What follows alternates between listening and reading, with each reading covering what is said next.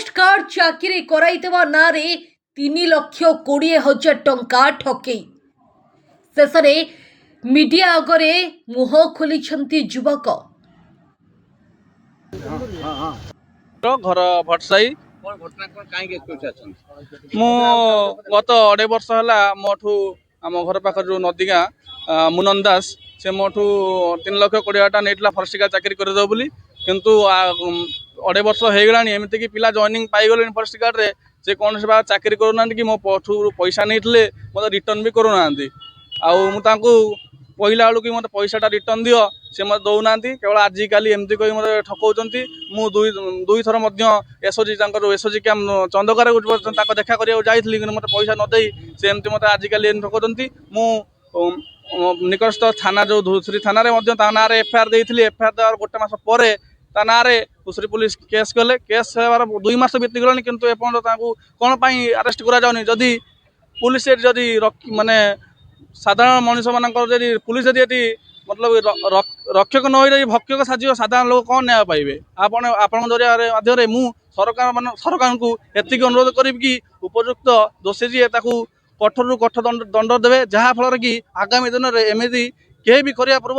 10 थर कि 100 थर भाविया चेष्टा करेंगे। मु सार को देखा करने एसपी सार को ए बाबद कि मु केस रजिस्टर हो सारा किंतु कौन सी मोटू गोटे फ्रड करी माने फसैकी पैसाटा नहीं गला मो थ्रू कि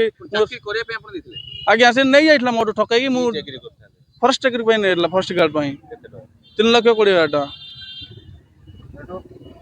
हाँ नहीं मुझे एसपी सार पाखु आसी कि सार मो अनुरोध रखिए मत लगुच सार मोर अनुरोध रखिकी उपयुक्त दोषी की दंड देवा सहित मत न्याय देवे ना मोर गोटे रास्ता मुझे आत्महत्या छड़ा आउ कौन बाट भी बाछि पारि नहीं केवल सहीटा कहीं मुझे मेंटाली बहुत हारास हो सारी मेंटाली सहित फिजिकाली देखा कर 3 थर दूर 3 थर जाकि भुवनेश्वर एसओजी कैंप पाखे देखा करके आसी किंतु कौन मोर एपर्तन न्याय पाई पारना लास्ट को आसी एसपी सार देखा करने जहाँ सार मत न्याय देवे ना नहीं। आपण सुनिले तो कौन कहउछंती युवक जनक। सूचना मुताबक भद्रक नंदिंगा अंचल मुनन दास 2.5 वर्ष हेब 3,20,000 टंका चाकरी बाबद को नहीं ठकिबार अभियोग करिसेंती खोद युवक जनक। शेष निराश होई आत्महत्या करिबा पाई बाध्य हेबे युवक। वर्तमान युवक जनक न्याय आशारे तेबे देखा बाकी रहिला